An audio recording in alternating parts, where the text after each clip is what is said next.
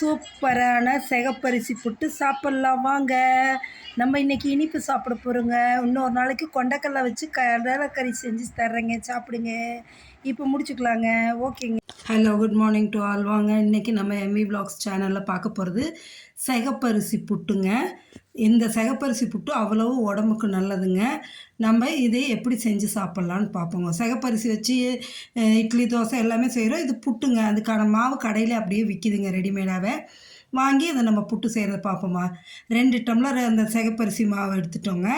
அதுக்கு தேவையான ஒரு 2 பிஞ்சு உப்பு போட்டுட்டு தண்ணியை ஊற்றி நல்லா பெசறணுங்க. பெசரி நம்ம செய்ய போகிறோம். சூப்பரான புட்டுங்க அது. இதுக்கு வந்துட்டு 1 ஸ்பூன் நல்லா 1.5 ஸ்பூன் தேங்காய் எண்ணெய் ஊற்றிக்கலாங்க. அந்த ஸ்மெல் நல்லா என்ஹான்ஸ் பண்ணி கொடுக்குங்க.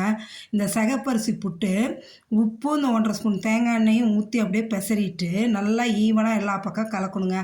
கலக்கி இந்த எடுத்தோம்ல அரிசி 2 டம்ளர் எடுத்தோம் இல்லையா, அந்த அரிசி மாவு அதே டம்ளரில் 1.5 டம்ளர் தண்ணி, இல்லாட்டி 1.25 டம்ளர், 2 டம்ளர் கொஞ்சம் தான் குறையுங்க, ஊற்றி லேசாக தெளித்து பெசறணுங்க. ஊற்றிடாதீங்க. ஊற்றி பெசறினா அது சரி வராது.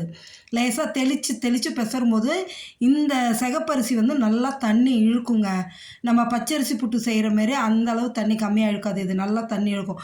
பார்க்கும்போது நல்லா ஈரப்பதம் இருக்கும். அப்புறம் பார்த்திங்கன்னா ட்ரை ஆகும். அதனால் அந்த அளவுக்கு நம்ம தண்ணி தெளித்து பிசையணுங்க. இந்த தண்ணி தெளித்து பிசையும் போது அந்த மாவோட வாசம் வருது பாருங்க, அவ்வளோ சூப்பராக இருக்குங்க. அந்த மாவோட வாசமே அவ்வளோ சூப்பராக இருக்குது. அதோட இன்னொன்று நோட் பண்ணிங்களா? நோட் பண்ணியிருப்பீங்க, இது நம்ம கிச்சன் மாரி இல்லை, வேறு கிச்சனாக தெரியுதுன்னு யோசிச்சுருப்பீங்க. ஆமாங்க, நான் அம்மா வீட்டுக்கு வந்திருக்கேங்க, கோயம்புத்தூருக்கு. பாப்பாவுக்கு லீவ் இல்லைங்களா, ஸோ கொண்டாந்து வெக்கேஷன் ஹாலிடேக்காக கொண்டாந்து விட்டுட்டு போகிறதுக்காக நான் அம்மா வீட்டுக்கு வந்திருக்கேன், கோயம்புத்தூருக்கு. எங்கள் வீட்டில் தான் இந்த புட்டெல்லாம் செய்வாங்கங்க. சூப்பராக இருக்கும். அதை தான் இன்றைக்கி நான் உங்களுக்கு உங்கள் கூட ஷேர் பண்ணிக்கிறேன் எப்படி இருக்குன்னு. இந்த சிகப்பரிசி புட்டு சாப்பிட்டிங்கன்னா அவ்வளோ நல்லாயிருக்கும். இதுக்கு வந்து நீங்கள் சைட் டிஷ் என்ன செய்கிறீங்கன்னா, கொண்டக்கடலை கறி வச்சுக்கிட்டிங்கன்னா சூப்பராக இருக்குங்க. கொண்டக்கடலை கறி அது நான் போடுறேன் உங்களுக்கு, அதையும் ப்ரிப்ரேஷனு சூப்பராக இருக்கும். ஆனால் எனக்கு வந்து இதை பார்த்திங்களா, இந்த பதம் என்னன்னா, இப்படி நல்லா தண்ணி தெளித்து பெசறிட்டு எடுத்து இப்படி பிடிச்சோன்னு வைங்களேன், கொழுக்கட்டை பதத்துக்கு வரணுங்க. அப்படியே உளுத்து விட்டிங்கன்னா உடஞ்சி விழுந்துடணும். அதுதான் இந்த தண்ணி ஊற்றி பெசரவும் கலர் பாருங்கள், மாவோட கலரே சேஞ்ச் ஆகிடுச்சு பாருங்கள். இதுக்கு நல்லா ஒரு தட்டு தேங்காய், நல்லா 2 தேங்காய் துருவி வச்சுக்கிட்டோங்க. ஏன்னா தேங்காய் நிறையா போட்டு சாப்பிடும்போது அவ்வளோ டேஸ்ட்டாக இருக்கும். புட்டு பாத்திரத்தில் தான் வைக்க போகிறோங்க.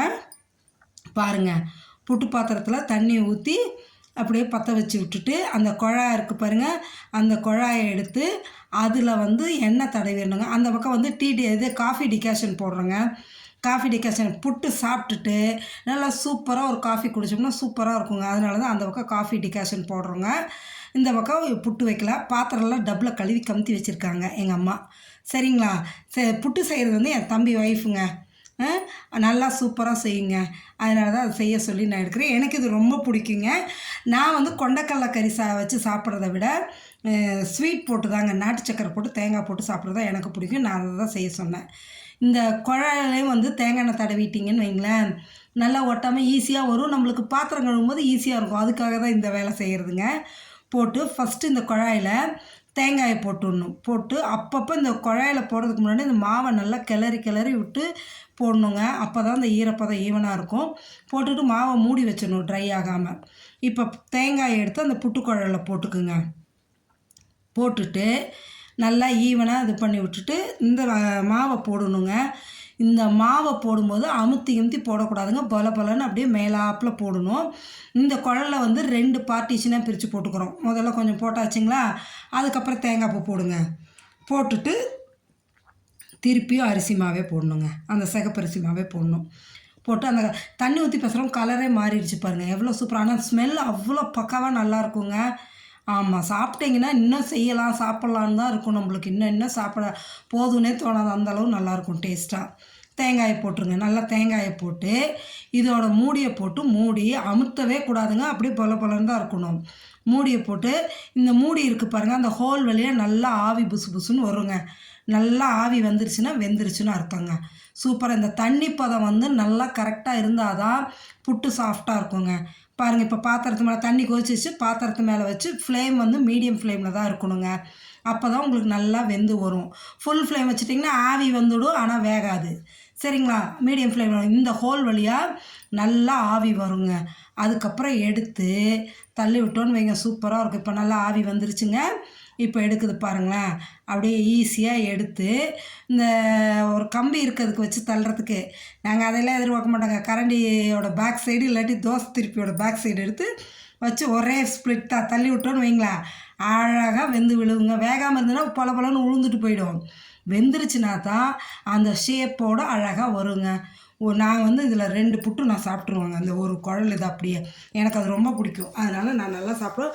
6 நாளும் நல்லா சாஃப்டாக தாங்க இருக்கும், வர வரனெல்லாம் இருக்காது. அதனால் இதே மாதிரி நீங்களும் செஞ்சு சாப்பிட்டு பாருங்கள், சூப்பராக இருக்குங்க. கடைகளெல்லாம் விற்கிதுங்க இப்போ சிகப்பரிசி அரிசியாகவும் விற்கிது, புட்டு மாவாகவும் விற்கிதுங்க. நம்ம வாங்கி செஞ்சுக்கலாம். உடம்புக்கு அவ்வளோ நல்லதுங்க.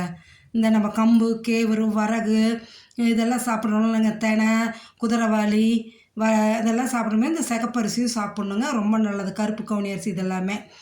இதுக்கு அடுத்த குழலும் போடுறோம் பாருங்கள். அப்படியே எடுத்தால் சீக்கிரம் ஆயிடுங்க, வேலை ஈஸி, சீக்கிரம் ஆகிடும், உடம்புக்கும் நல்லதுங்க. அடுத்த குழலும் இதேமாரி நல்லா மாவை பெசரி விட்டுக்கணுங்க.